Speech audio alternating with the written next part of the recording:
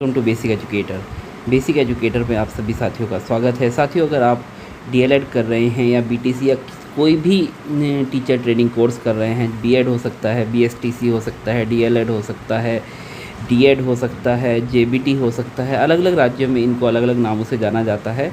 तो उनके लिए सेंट्रल टीचर एलिजिबिलिटी टेस्ट यानी कि सीटेट पास करना अनिवार्य होता है अगर आप केंद्रीय सेवाओं में जाना चाहते हैं, या अगर आप अपने राज्य की सेवाओं में जाना चाहते हैं तो टीचर एलिजिबिलिटी टेस्ट जो होता है स्टेट का वो पास करना होता है।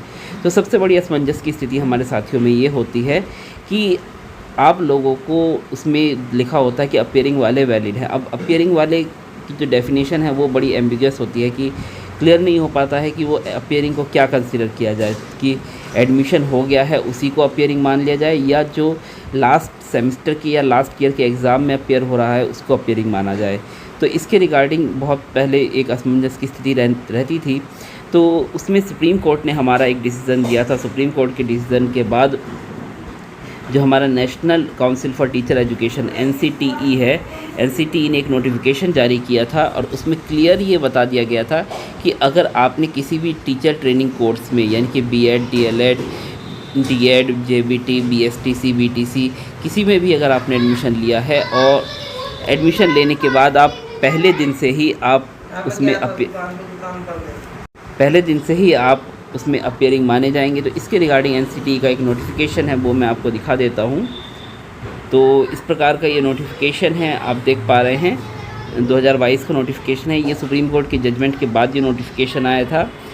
तो to Rajveer Singh, deputy director of education, तो ये NCTE का नोटिफिकेशन है जो कि DOE को लिखा गया है। तो DOE के लिए क्या, ये सबके लिए ही DOE ने क्लैरिफिकेशन मांगा था तो उसके रिगार्डिंग होगा, बाकी ये सबके लिए ही वैलिड है। इसमें clarification regarding eligibility for appearing in CTET है। I am directed to refer your letter number this on subject cited about to say that the civil appeal number this was disposed by Honorable Supreme Court of India via order dated 16/7/2019. The operative para of the said order is under.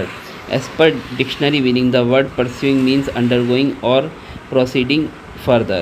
Therefore, a candidate who has been admitted in any of the TTC stands for teacher training course, and undergoing the teacher training course can be said to be pursuing such teacher training course shall be eligible to appear in TET examination irrespective of fact that whether by the last date specified the filling of the online form of the TET examination he has in fact appeared in the examination of the concerned teacher training course and result is awaited.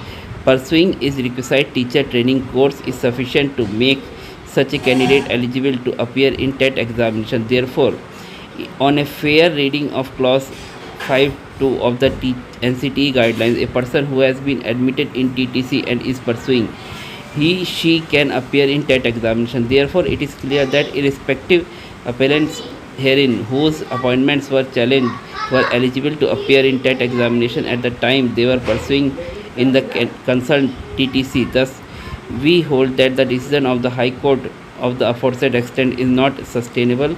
The impugned order of High Court are accordingly modified to the aforesaid extent. It is clear from the order passed by the Honorable Supreme Court of India that a candidate who has been admitted in any TTC and undergoing in teacher training course can be said to be pursuing such teacher training course, and a fair reading of the clause 5(2) of the NCTE guidelines, a person who has been admitted in TTC is pursuing, she can appear in TET examination. In view of the above, it is clarified that fair reading of the clause 5(2) of the NCTE guideline in a person who has been admitted in TTC is pursuing, she are eligible for appearing in TET examination if otherwise eligible as per extant guidelines of the TET circulated on 11 February 2011 as amended from time to time. Notification laid down by NCTE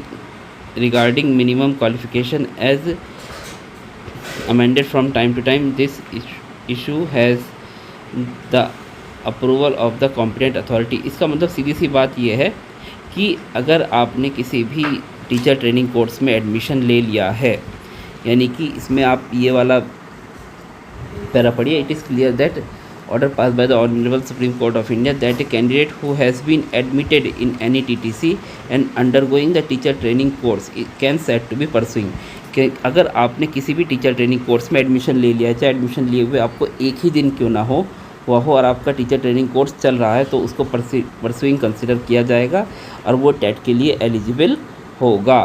तो इसके लिए कोई भी ज़रूरी नहीं है कि अगर आप फाइनल सेमेस्टर में हो या फाइनल ईयर में हो, इसके लिए कोई भी ऐसा कंपल्शन नहीं है। आप अगर एडमिशन ले चुके हैं, आप फर्स्ट ईयर या फर्स्ट सेमेस्टर में भी हैं, तो आप सीटेट या स्टेट टेट जो भी आप देने जा रहे हैं उसके लिए आप एलिजिबल हैं। आपकी एलिजिबिलिटी पर कोई भी खतरा नहीं है।